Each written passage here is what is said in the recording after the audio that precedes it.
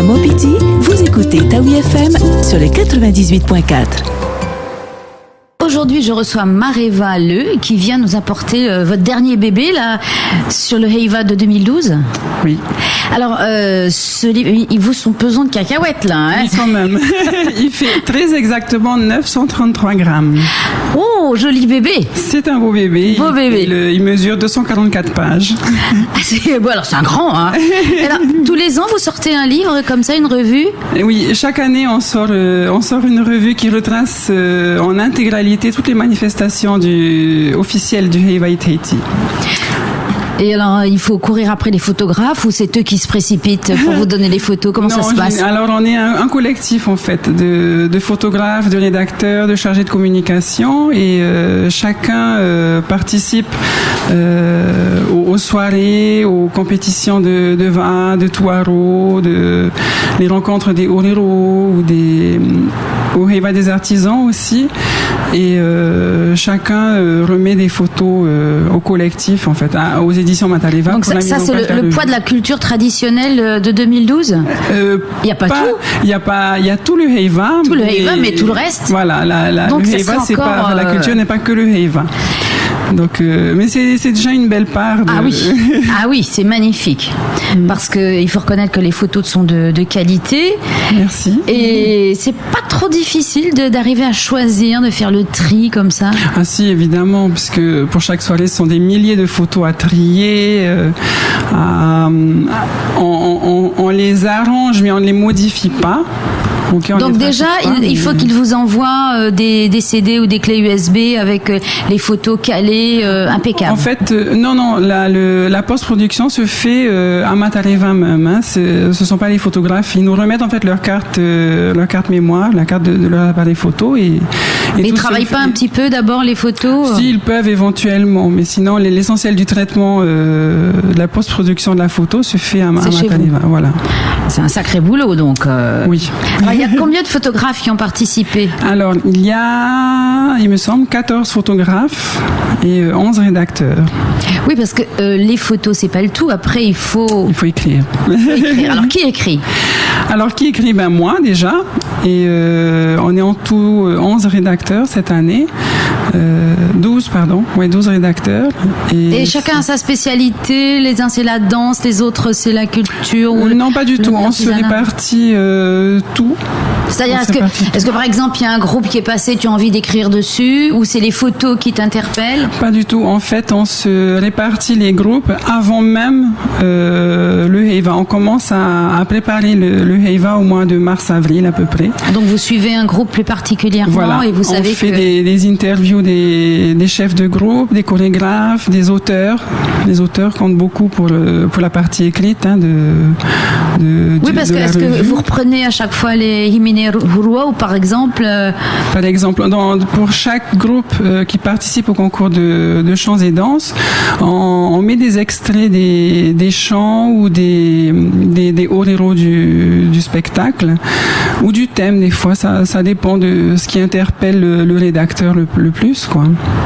Donc la partie le travail des auteurs pour le Heiva est un travail important puisque c'est aussi un travail d'écriture en tout cas qui est pas toujours facile et donc il faut au maximum le respecter.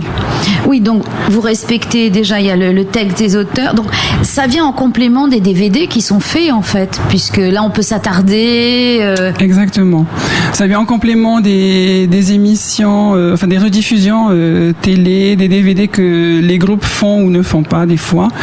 Et surtout, on est totalement indépendant des captations de télé. Oui, mais moi ce que je veux dire, c'est que ceux qui aiment le Heiva vont peut-être avoir le DVD, mais là, en plus, c'est un outil qui est de plaisir aussi, où on peut feuilleter, on peut retrouver, parce que bon, l'image est fugace sur les DVD, voilà. les captations télé, tandis que là, c'est et il faut reconnaître, par exemple, je vois toute cette page bleue. C'est vrai que la mise en page. Alors, qui fait la mise en page aussi des photos? Alors, la mise en page est réalisée par notre infographiste. C'est un photographe de la place aussi, Teiki Dev. Et Teava Mangiali, le directeur de publication. Ils sont tous les deux à travailler dessus. et ils laissent parler leur sens artistique de l'image. Et on leur fait confiance à chaque fois, et à chaque fois, ça a toujours donné de bons résultats. Oui, parce que je suppose que quand même, il y a rediscussion ensuite avec tout le monde. Oui, éventuellement, on se concerte, ou quand un rédacteur, au cours d'une interview, comprend qu'il y a un élément particulier du spectacle à ne pas rater, évidemment, on le fait savoir au photographe, et ils vont essayer au maximum. Voilà, pour focaliser. Exactement. Donc là, le bébé est né, il y en a un autre en perspective, je suppose. Et oui, il y en a un autre en perspective pour le Heiva 2013 maintenant. Donc, et vous photographiez pas, ou vous faites pas d'autres choses que le Heiva, ou aussi dans d'autres structures individuellement, si les photographes participent à d'autres événements, mais pour le collectif Matareva, pour l'instant, non. Le seul projet qu'on a et qu'on essaie de mener à bien chaque année, c'est le Heiva et Tahiti. Déjà avec succès. Est-ce que c'est un ouvrage qui est disponible même aussi ici, et puis pour les touristes ailleurs Alors ici, il est distribué dans tout le réseau Hachette. Et on l'a traduit. À quel prix? Alors, la revue 2012 est à 1900 francs dans tous les commerces du réseau Hachette. Au poids, c'est pas cher. Les anciennes revues, donc 2010 et 2011, sont à 1500 francs. Et cette année, on lance un package des 3 éditions, 2010, 2011 et 2012, à 3500 francs. Au lieu de 4900 s'ils étaient achetés séparément. Donc ça fait des beaux cadeaux de Noël aussi. Oui, aussi. C'est pour ça que vous le sortez là on aurait aimé le sortir plus tôt, même. Mais, non, c'est bien, le Noël n'est pas encore arrivé, donc c'est un beau cadeau. Oui, mais si on l'avait sorti, on aurait voulu le sortir plus tôt, mais là, ça tombe mi-novembre, donc oui, il y a les fêtes bientôt, donc c'est évidemment une idée cadeau. Je vous aide, je vous fais le marketing. Oui. Et donc l'année prochaine, déjà prêt, vous avez déjà des groupes que vous savez que vous allez suivre? Pas encore. Pas encore. Le programme des festivités en général, ça arrive vers mars-avril. C'est pour ça qu'on commence nous aussi à travailler à ce moment-là. Alors qu'est-ce que vous faites pendant ce temps? On se repose. On est tous bénévoles. Ça veut dire qu'on a tous une vie à côté et une subsistance à assurer. Je voulais que tu le spécifies quand même. On dit attends, s'il se repose de novembre à mars, on se repose, mais non. Et on doit tous assurer notre subsistance. Donc c'est donc un groupe de bénévoles. Et d'ailleurs, l'ouvrage, lui, il est payé par toutes les publicités. Exactement. C'est les annonceurs. Les annonceurs vous suivent dans ces cas-là?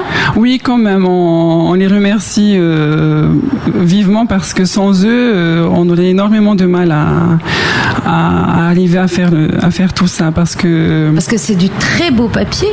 Oui.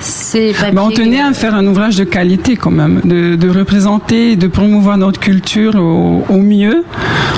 Et on se voyait pas publier quelque chose sur papier glacé dans un format de quotidien, par exemple. Non, ça. Non, c'est un bel ouvrage, et c'est vrai que on le revoit, on peut le feuilleter. Je suppose que tous les groupes ont demandé à avoir aussi un exemplaire. Oui, évidemment, chaque groupe a droit à un exemplaire gratuit.